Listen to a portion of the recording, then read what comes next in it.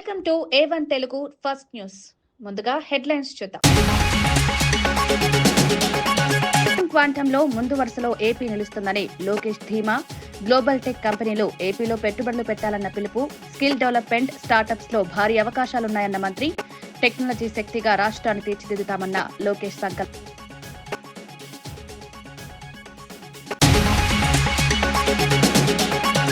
BC 42% reservation bill వెంటనే ఆమోదించాలని Chamala demand. Governor వద్ద bill 6 నెలలు పెండింగ్ పై ఎంపీ ఫైర్. బీసీ హక్కులకు కేంద్రం స్పందించాలన్న చామల కౌంటర్. మోదీ జోక్యం అవసరమని తెలంగాణ ఆకాంక్ష నిలబెట్టాలని డిమాండ్.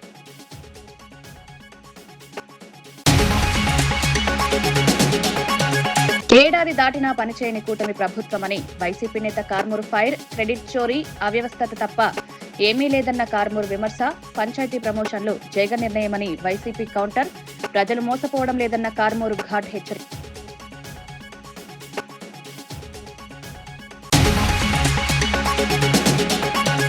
మెస్సీ మ్యాచ్ కు 100 కోట్లు ఖర్చు చేశారని బీజేపీ మండిపాటు. రాష్ట్ర సమస్యలు పక్కన పెట్టి వినోదానికి వెచ్చించారని ఆరోపణ.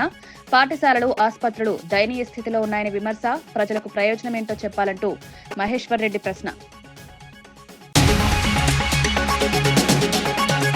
నగరి ఎంపీపీ ఎన్నికల అరాచకంపై రోజా ఘాటు ఆరోపణలు. నామినేషన్లే అడ్డుకున్నారంటూ రోజా కూటమి ఫైర్. విజయపురం నింద్రలో ప్రజాస్వామ్యం కూల్చారన్న రోజా విమర్శ. చిన్నారి పేర్ల మార్పులేనా విజయాలు అని రోజా ప్రశ్న.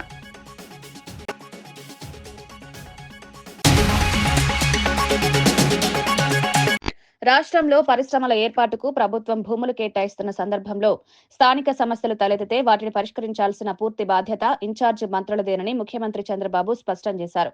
పెట్టుబడిదారులు ఇబ్బందులు ఎదుర్కోకుండా వెంటనే స్పందించే వ్యవస్థను ఏర్పాటు చేయాలని అధికారులను ఆదేశించారు. భూముల కేటాయింపు, రహదారులు, విద్యుత్, నీరు వంటి మౌలిక సదుపాయాల అందుబాటు పరిశ్రమల అభివృద్ధికి కీలకమని, ఏ చిన్న ఆలస్యం కూడా పెట్టుబడులను దూరం చేయవచ్చని హెచ్చరించారు. పరిశ్రమలు వస్తే స్థానికులకు ఉపాధి అవకాశాలు పెరుగుతాయని, ప్రాంతీయ ఆర్థిక వ్యవస్థ బలపడుతుందని పేర్కొన్నారు. రాష్ట్రాన్ని పరిశ్రమల హబ్ గా మార్చేందుకు ప్రభుత్వం వేగంగా చర్యలు తీసుకుంటుందని తెలిపారు.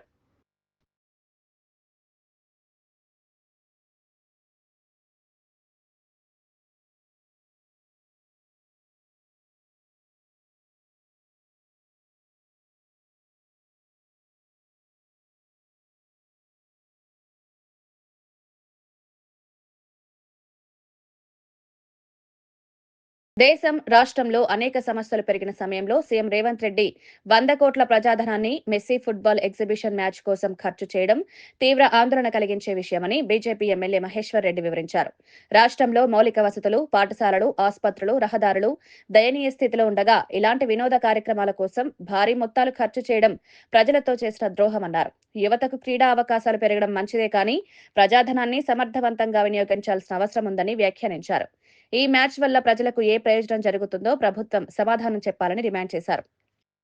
రేవంత్ రెడ్డి టీం పేరే సింగరేణి RR9 టీమ్ గా మార్చుకున్నాం. ఈరోజు సింగరేణి కాలనీస్ లో కనీస వసతులు లేక ఇబ్బందులు పడతా ఉంటే అక్కడ ఉన్నటువంటి ఎంప్లాయీస్ కి, రిటైర్డ్ ఎంప్లాయీస్ కి కనీసం మందులు లేవని చెప్పేసి వాళ్ళు బాధపడతా ఉన్నారు. బీపీ, షుగర్ టాబ్లెట్స్ కూడా, బేసిక్ ఇమ్యూనిటీస్ కూడా లేవని వాళ్ళు బాధపడతా ఉన్నారు. అక్కడ సూపర్ స్పెషాలిటీ హాస్పిటల్ కట్టిస్తామని చెప్పి మోసం చేసిన ఈ ప్రభుత్వం కనీసం సూపర్ హాస్పిటల్ ఇప్పటి వరకు పునాది కూడా అక్కడ మొదలుపెట్టింది. తాగునీటి సమస్య కూడా పరిష్కారం చేయలేకపోతున్నాం. ఈ రోజు సింగరేణి కార్మికులు కనీస వసతులు లేక, హాస్పిటల్ లేక, స్కూళ్లు లేక, కాలేజీలు లేక, ఇంజనీరింగ్ కాలేజీలు లేక, పాలిటెక్నిక్ కాలేజీ, మైనింగ్ కాలేజీలు లేక, అక్కడ ఉన్నటువంటి వారి పిల్లల కోసం కనీస సౌకర్యాలు, వారు ఉండేటువంటి ఇళ్లు కూడా దాదాపు 40 సంవత్సరాలు, 50 సంవత్సరాల క్రితం డిలామినేట్ కండిషన్, కూలిపోయే స్థితిలో ఉన్నాయి. వాటిని కనీస రిపేర్ చేసుకోవడానికి కూడా నిధులు కేటాయించడానికి చేతురాని ప్రభుత్వం ఈ రోజు 5 నిమిషాలు మెస్సీ అనేవాడు వచ్చి ఇక్కడ 5 నిమిషాలు ఫుట్బాల్ ఆడడానికి దాదాపు 100 కోట్ల రూపాయలు ఖర్చు చేస్తా ఉన్నాం. ఎవడమ్మ సొమ్ము అని చెప్పి రేవంత్ రెడ్డికి ఫుట్బాల్ మీద షోక్ ఉంటే ఆయన ఫ్యాంటసీ కోసం ఈ రోజు 100 కోట్ల రూపాయలు ఈరోజు ప్రజాధనాన్ని దుర్వినియోగం చేయడం సిగ్గుచేటని తెలియజేస్తా ఉన్నాడు. ఉప్పల్ క్రికెట్ స్టేడియం ఈ రోజు ఫుట్బాల్ స్టేడియం గా మార్చి మళ్లీ దాన్ని అక్కడ ఉన్నటువంటి మొత్తం క్రికెట్ పిచ్లన్నీ నాశనం అయిపోతే మళ్లీ వాటిని నిర్మాణం చేయడానికి కోసం, రిపేర్ల కోసం కోట్ల రూపాయలు ఖర్చు పెడుతుంది. ఎవడమ్మ సొమ్ము ఇది? ఈ రోజు రాష్ట్రం అనేక అప్పులలో ఉండి ఈ రోజు మీరు 100 కోట్లు ఖర్చు పెట్టి ఫుట్బాల్ ఆడిస్తే రాష్ట్ర ప్రజలకు ఏం ఉపయోగం అని చెప్పి అడుగుతా ఉన్నాను. రాష్ట్ర ప్రజల కోసం ఉపయోగపడేటువంటి కార్యక్రమాలు చేయలేని, ఇచ్చిన మాట నెరవేర్చలేని, ఇచ్చిన హామీలు కూడా నెరవేర్చలేనటువంటి రేవంత్ రెడ్డి గారు ఈ రోజు నీ సరదా కోసం, నీ ఫ్యాంటసీ కోసం ఈ రోజు ప్రజాధనాన్ని వందల కోట్ల రూపాయలు ఖర్చు పెట్టి మీరు చేస్తున్నటువంటి కార్యక్రమం దీనివల్ల ఎవరికి లాభం, ఈ రాష్ట్రం ఏం ప్రయోజనం చేకూరుతుందో దయచేసి చెప్పాల్సిందిగా కోరుతా ఉన్నాం. తెలంగాణ రాష్ట్రంలో గ్లోబల్ సమ్మిట్ లో భాగంగానే ఈ రోజు మేమంతా చేస్తున్నామని సిగ్గు లేకుండా పట్టి విక్రమార్క గారు, శ్రీధర్ బాబు గారు చెప్తా ఉన్నారు కదా.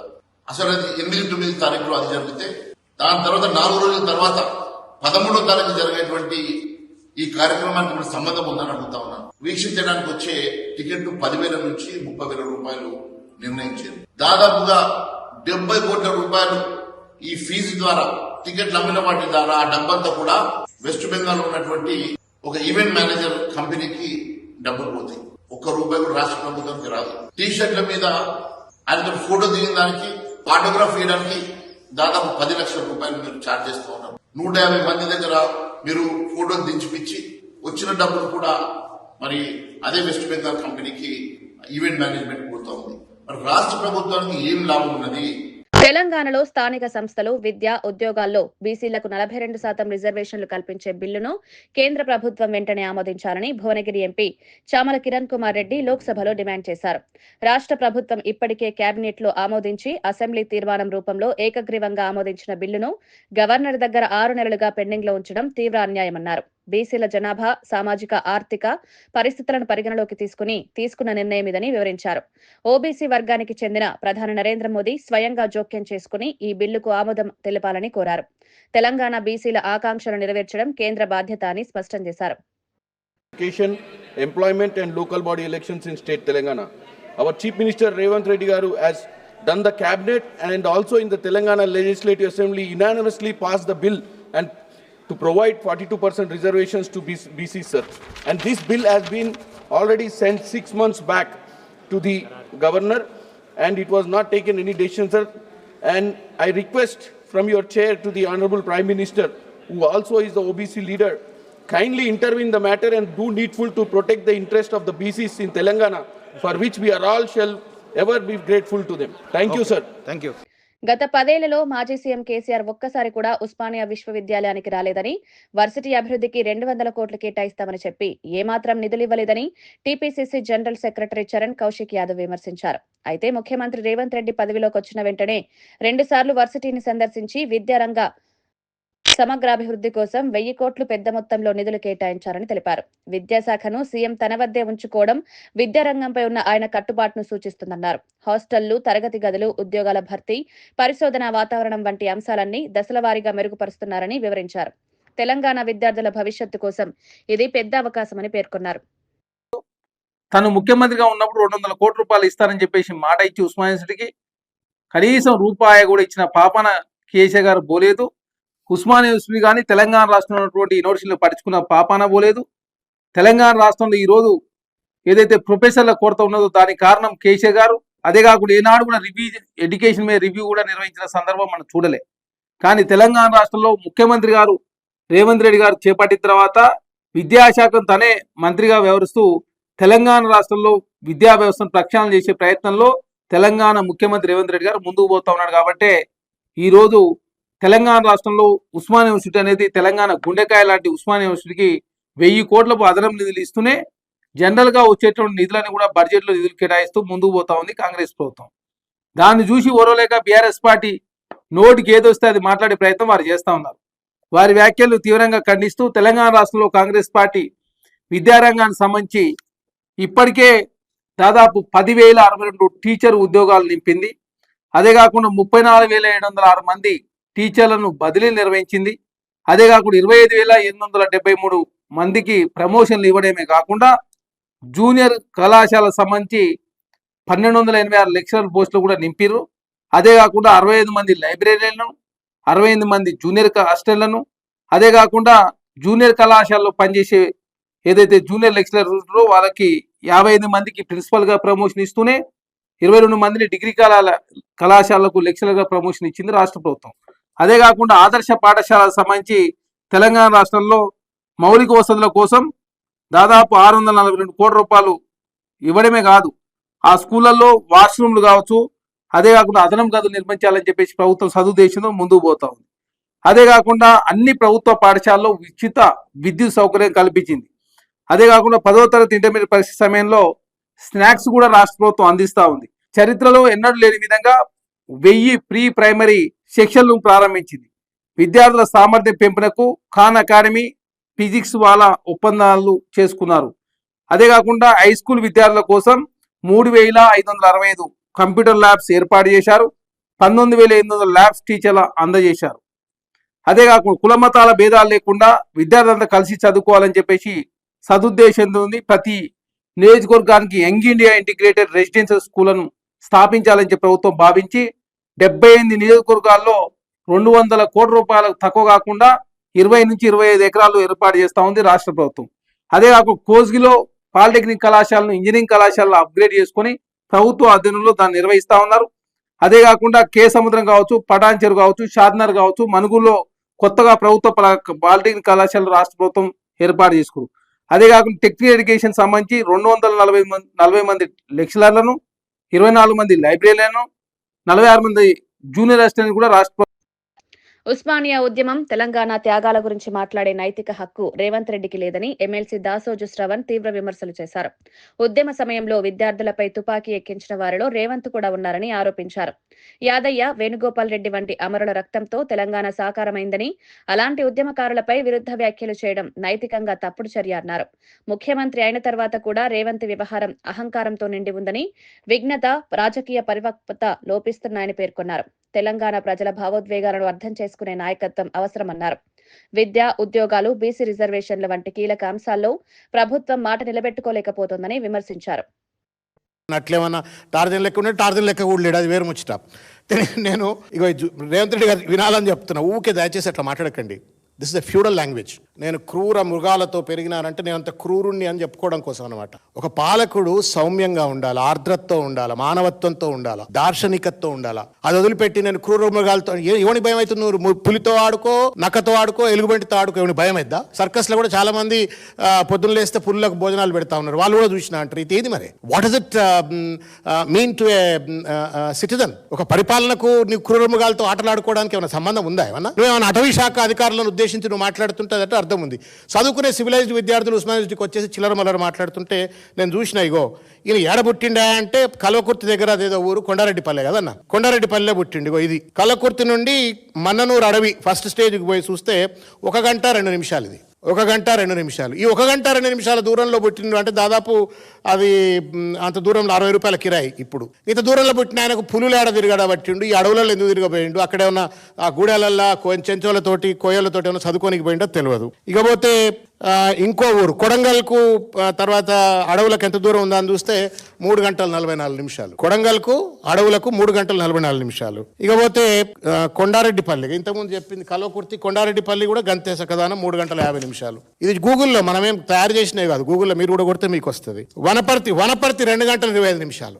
ఈయన ఎక్కడైతే పుట్టిండో, ఎక్కడైతే రాజకీయంగా జీవితాన్ని కొనసాగిస్తున్నాడో, లేకపోతే ఎక్కడైతే ఆయన ఇంటర్మీడియట్ పెయింటింగ్లు చేసిన కెరియర్ ఎక్కడైతే ఉందో అక్కడికి కంప్లీట్ చేస్తుంది. గిన్ని గంటల దూరంలో ఉండి నేను పొద్దున్న లేస్తే అడవుల్లో తిరిగినా అంటే నువ్వు చదువుకున్నావా, పెయింటింగ్లు చేసినవా, రాజకీయాలు చేసినవా, లేకపోతే మొగిలి లెక్క టార్జన్ లెక్క ఏమైనా అడవుల పొంటి తిరిగినవా?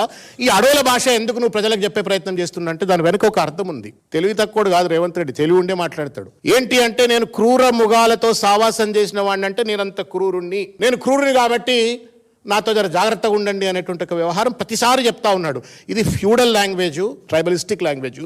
ఇది ఒక సివిలైజ్డ్ రూలర్గా డెమోక్రాటిక్ సొసైటీలో ఉన్నటువంటి వాడు మాట్లాడే మాట కాదు. అది ఉస్మానియా యూనివర్సిటీ పోయి మాట్లాడుతుంటే ఎవడు భయపడతాడు? ఉస్మానియా యూనివర్సిటీలో తుపాకులకు ఎదురు నిలబడతాడు ఆ పిల్లలు. అది నక్సల్స్ రైటిస్టులు లెఫ్టిస్టులు కొట్లాడుకున్నా ఒకళ్ళకొకళ్ళు అట్లా కొట్లాడిన నిలబడేటోళ్ళు, తెలంగాణ ఉద్యమంలో తుపాకులు నిలబడ్డోళ్ళు ఈయన పోయి మాట్లాడంగానే భయపడతాడు అనుకుంటాడా? అర్థం లేనటువంటిది ఇది. దుర్గగుడికి చెందిన విలువైన భూములను మాజీ సీఎం చంద్రబాబు తన సన్నిహితులకు అప్పగించారని మాజీ టీటీడీ చైర్మన్ భూమన కరుణాకర్ రెడ్డి తీవ్ర ఆరోపణలు చేశారు. అమరావతి వెంకటేశ్వర ఆలయ నిర్మాణానికి ఉపయోగిస్తున్న శ్రీవారి నిధుల మళ్లింపుపై అనవసర ఆరోపణలు చేస్తున్నారన్నారు. అదే శ్రీవారి నిధులతో తిరుమలలో అనేక సేవా కార్యక్రమాలు చేపట్టినప్పుడు ఎవరూ అభ్యంతరం చెప్పలేదని గుర్తు చేశారు. భూములను అనుచితంగా బదిలీ చేసిన దుశ్శాసనం అప్పటి ప్రభుత్వానిదేనని, అప్పటి నిర్ణయాల వల్లే ఇప్పటికీ సమస్యలు ఎదురవుతున్నాయని విమర్శించారు.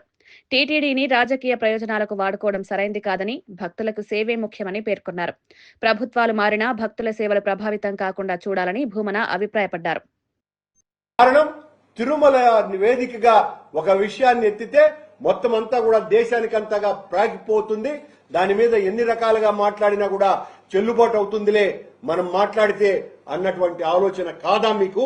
చంద్రబాబు గారు, మీరు అయ్యప్ప మాల ధరించటం మూలంగా రాష్ట్రంలో మద్యం అమ్మకాలు తగ్గిపోయాయి అని 2014-19 మధ్యన మీరు మాట్లాడినటువంటి మాట వాస్తవం కాదా? పచ్చి వాస్తవమైనటువంటి విషయం అది. మీ హయాంలో దుర్గగూడికి చెందినటువంటి విలువైన భూముల్ని ఓ ప్రైవేటు విద్యా సంస్థ సన్నిహితుడికి ఇచ్చిన మాట వాస్తవం కదా? ఇదంతా కూడా దేవుడి మాన్యాలే కదా? చెన్నైకి సంబంధించినటువంటి చెన్నైలో ఉన్నటువంటి దేవుడి మాన్యాన్ని పొలాన్నంతా కూడా అతి తక్కువకు అమ్మిన వారు మీరు కాదా? దాని మీద పోరాటం చేసింది జగన్మోహన్ రెడ్డి గారు కాదా? మరి సనాతనవాదైనటువంటి పవన్ కళ్యాణ్ గారు ఏ రోజైనా కూడా దాన్ని నిలదీసినారా, అడిగినారా? తిరుమల తిరుపతి దేవస్థాన వైభవాన్ని కాపాడటమే కాకుండా సనాతన ధర్మాన్ని పరిరక్షించటం కోసమని మొత్తం రాష్ట్రంలో దాదాపు 3000 దేవాలయాలను కట్టించినటువంటి ఘన చరిత్ర జగన్మోహన్ రెడ్డి గారిది. మీ హయాంలో జగన్మోహన్ రెడ్డి గారిని తిట్టడానికి తప్ప మరొక అభివృద్ధి కార్యక్రమం ఒక్కటి కూడా మీరు చేయాల. శ్రీవాణిని విమర్శించినారు. అదే శ్రీవాణి నిధులు మళ్లించినామోనని మా మీద అభండాలు వేసినారు. ఈ రోజు అదే శ్రీవాణి డబ్బులతో అమరావతిలో వెంకటేశ్వర స్వామి ఆలయం 250 కోట్ల రూపాయలతో అభివృద్ధికి కేటాయించినారు. మీరు ఒక్క రూపాయి కూడా నిధులు దుర్వినియోగం కాలేదని మాట్లాడుతున్నది కూడా ఇప్పుడు మీరే. ఈ రకంగా మీరు ఆరోపణలు వేస్తూ ఉండటం, ఆ తర్వాత నోరు మెదపకుండా. నగర నియోజకవర్గంలోని విజయపురం, నింద్ర మండలాల్లో జరిగిన ఎంపీపీ ఎన్నికలపై మాజీ మంత్రి ఆర్కే రోజా తీవ్రమైన విమర్శలు చేశారు. ప్రజాస్వామ్యాన్ని నిర్లక్ష్యపరిచే విధంగా ఈ ఎన్నికలు నిర్వహించబడ్డాయన్నారు. విజయపురంలో 9, నింద్రలో 8 ఎంపీటీ స్థానాలుండగా చాలా చోట్ల వైసీపీ ఆత్మహత్యా గోలంలో గెలుచుకున్నా కూడా అధికార కూటమి టీడీపీ పేరుతో అబద్ద ప్రచారం చేస్తోందని ఆరోపించారు. నామినేషన్ వేయడానికి అవకాశం ఇవ్వకపోవడం, పోలీసులను అడ్డుకునేలా ఉపయోగించడం, మాధ్యమాలను లోనికి రానియకపోవడం ప్రజాస్వామ్యానికి పెద్ద అవమానమన్నారు. చిన్నారి మంజు బాలాజీ పేరును మార్చి లక్ష్మీపతిరాజుగా ప్రకటించడం వంటి తీవ్రమైన అక్రమాలు జరిగాయన్నారు. కూటమి ప్రభుత్వం రాజకీయ దురాఘాతాలకు దిగిపోయిందని ఆమె ఆగ్రహం వ్యక్తం చేశారు. ఈరోజు టెక్నికల్ గా వైఎస్ఆర్సీపీ వాళ్ళు గెలిస్తే తెలుగుదేశం పార్టీ అని అనౌన్స్ చేసుకున్నారు అంటే ఆ అనౌన్స్ అయిన వాళ్ళు ఈరోజు ఏ విధంగా దిగజారుడు రాజకీయాలు చేశారో ఒకసారి మీరు అర్థం చేసుకోవాలి. 40 ఏళ్లుగా రాజకీయాల్లో ఉన్న వాళ్ళు ఏ రోజు కూడా రాష్ట్ర పదవులు అనుభవించింది లేదు, ముఖ్యమైన పదవులు అనుభవించింది లేదు. జగన్మోహన్ రెడ్డి గారి పుణ్యమా అని ఈ నగిరి నియోజకవర్గంలో ఎమ్మెల్యేగా ఉన్న నా పుణ్యమా అని అయ్యి ఈరోజు మాకు వెన్నుపోటు పొడిచి అదేదో పెద్ద విజయంగా చెప్పుకుంటుంటే పొలిటికల్ బఫూన్లు వీళ్ళని అందరూ నవ్వుకుంటున్నారు. ఎందుకు చెప్తున్నానంటే ఈరోజు పోలీసులు పెట్టుకొని అఫీషియల్ని బెదిరించుకొని ప్రెస్ వాళ్ళని లోపలికి రానియకుండా ఎన్నికలు జరపడం ఒక ఎత్తు అయితే, రెండవది నామినేషన్ వేయటానికి వీలు లేకుండా వాళ్ళకి విప్ జారీ చేసిన ఫోటోలు, వీడియోలు అఫీషియల్స్ కి ఇచ్చినవి అన్నీ ఉన్నాయి, క్యాండిడేట్లకు ఇచ్చినవి. అవి లేదు అని అబద్ధం చెప్తూ అన్నిటికీ సాక్ష్యాలు పెట్టుకున్నాం. ఎవరిని వదిలిపెట్టే పరిస్థితి లేదు. ఆఖరికి వాళ్ళకి 4 మాకు 4 అందరూ కూడా వైఎస్ఆర్సీపీ వాళ్ళు టై అయినా ఏదైతే లక్కీ డిప్ ఉందో ఆ లక్కీ డిప్ తీసినప్పుడు ఒక చిన్న పాపను తీసుకొచ్చారు. నిండ్రలో ఏమో ఆర్వో చేస్తారు, విజయపురంలో చిన్న బిడ్డను తీసుకొస్తారు. సో తీసిన పేరు ఓపెన్ చేస్తే మంజు బాలాజీ అని మా క్యాండిడేట్ ఉంటే లక్ష్మీపతి రాజు అని వాళ్ళు అనౌన్స్ చేస్తారు.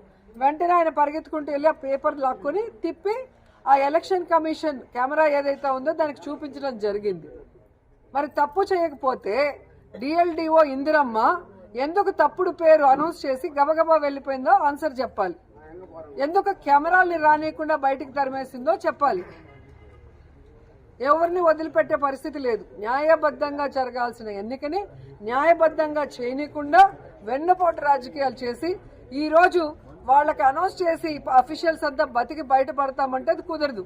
ఎందుకంటే డిఎస్పీ నుంచి సిఐ నుంచి ఎక్కడెక్కడో తిరుపతోళ్ళు, వడమాలపేటోళ్ళు, పుత్తూరోళ్ళు రౌడీజం చేసి లోపలికి దూరితే కూడా వేడుక చూస్తున్నారు. మా వాళ్ళనైతే ఎవరిని రానికుండా 144 సెక్షన్ పెట్టారు అంటే ఇంతకన్నా సిగ్గుచేటు మరొకటి ఉందా? 5-6 నెలలకి అసలు ఎలక్షన్ పెట్టడమే ఒక వేస్ట్ అంటే దాంట్లో ఈ విధంగా పనికిమాల రాజకీయాలు.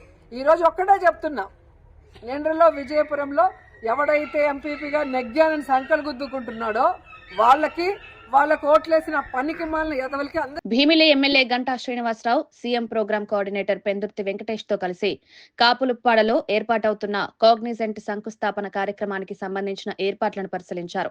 ప్రాంతీయంగా ఐటీ అభివృద్ధి ఇది కీలక ప్రాజెక్టుగా భావిస్తున్నారు.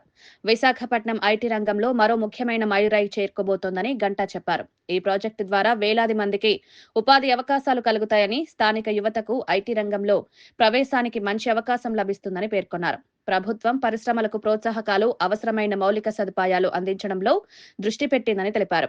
కాగ్నిజెంట్ వంటి సంస్థలు రావడం వల్ల ఆర్థికాభివృద్ధితో పాటు విశాఖను గ్లోబల్ టెక్ హబ్ గా తీర్చిదిద్దే మార్గం సుగమమవుతుందని ఎమ్మెల్యే అన్నారు.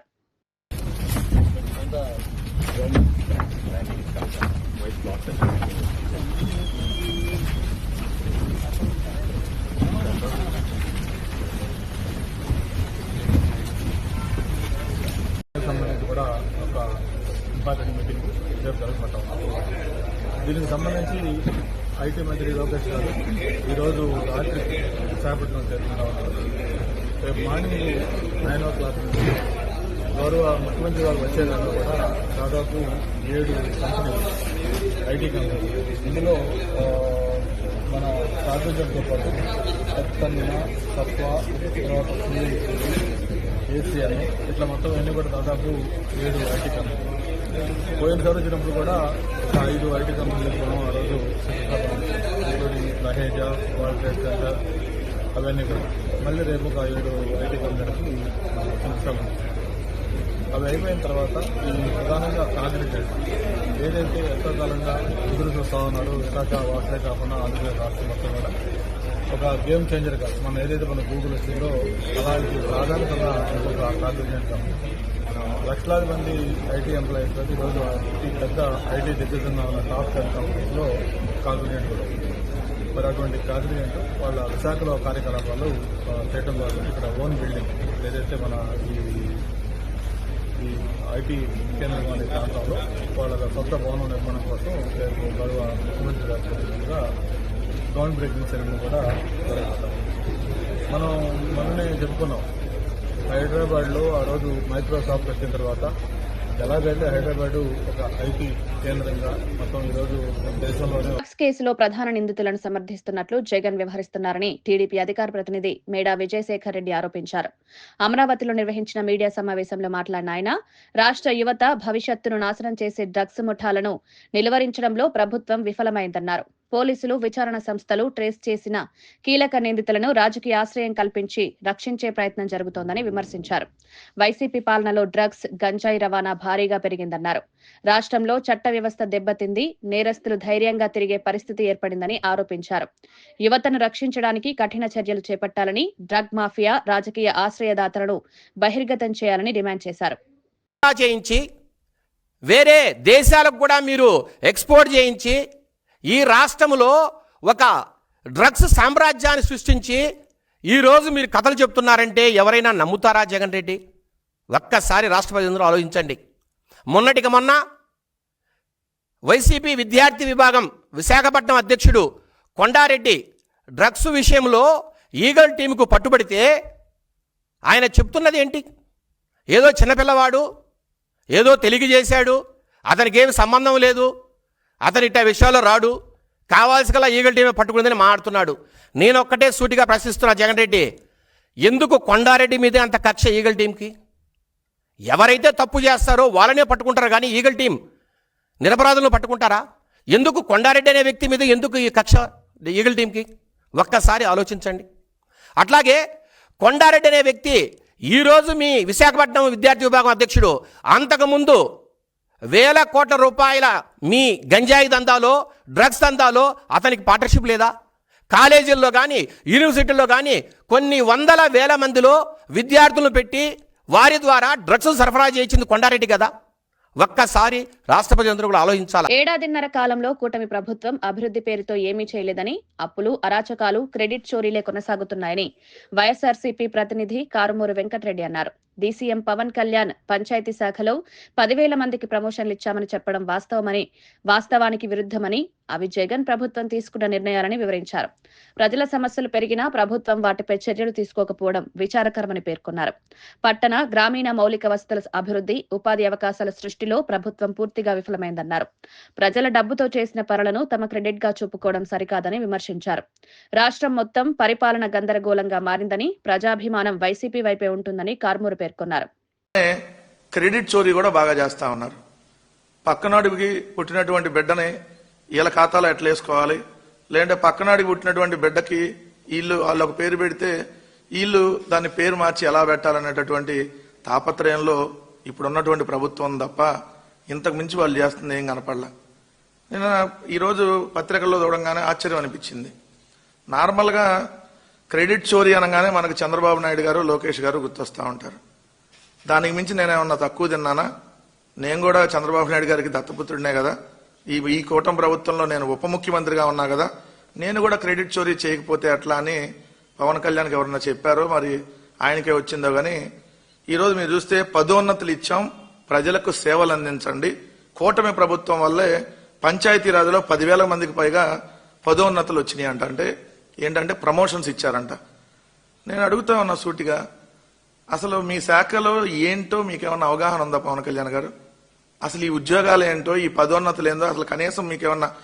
వార్తలు ముగించే ముందు ముఖ్యాంశాలు మరోసారి.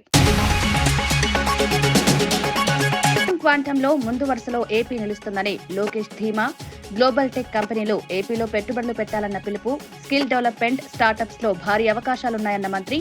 టెక్నాలజీ శక్తిగా రాష్ట్రాన్ని తీర్చిదిద్దుతామన్న లోకేష్ సంకల్పం.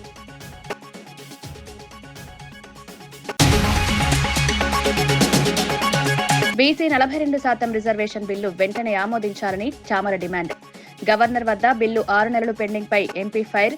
బీసీ హక్కులకు కేంద్రం స్పందించాలన్న చామల కౌంటర్. మోదీ జోక్యం అవసరమని తెలంగాణ ఆకాంక్ష నిలబెట్టాలని డిమాండ్.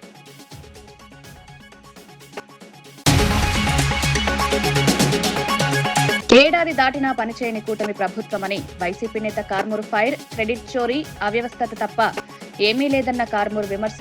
పంచాయతీ ప్రమోషన్లు జగన్ నిర్ణయమని వైసీపీ కౌంటర్. ప్రజలు మోసపోవడం లేదన్న కారుమూరి ఘాట్ హెచ్చరిక.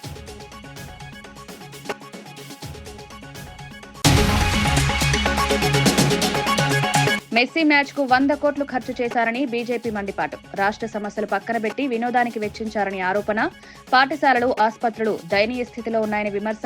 ప్రజలకు ప్రయోజనమేంటో చెప్పాలంటూ మహేశ్వర్ రెడ్డి ప్రశ్న. నగరి ఎంపీపీ ఎన్నికల అరాచకంపై రోజా ఘాటు ఆరోపణలు. నామినేషన్లే అడ్డుకున్నారంటూ రోజా కూటమి ఫైర్. విజయపురం, నింద్రలో ప్రజాస్వామ్యం కూల్చారన్న రోజా విమర్శ. చిన్నారి పేర్ల మార్పులేనా విజయాలు అని రోజా ప్రశ్న.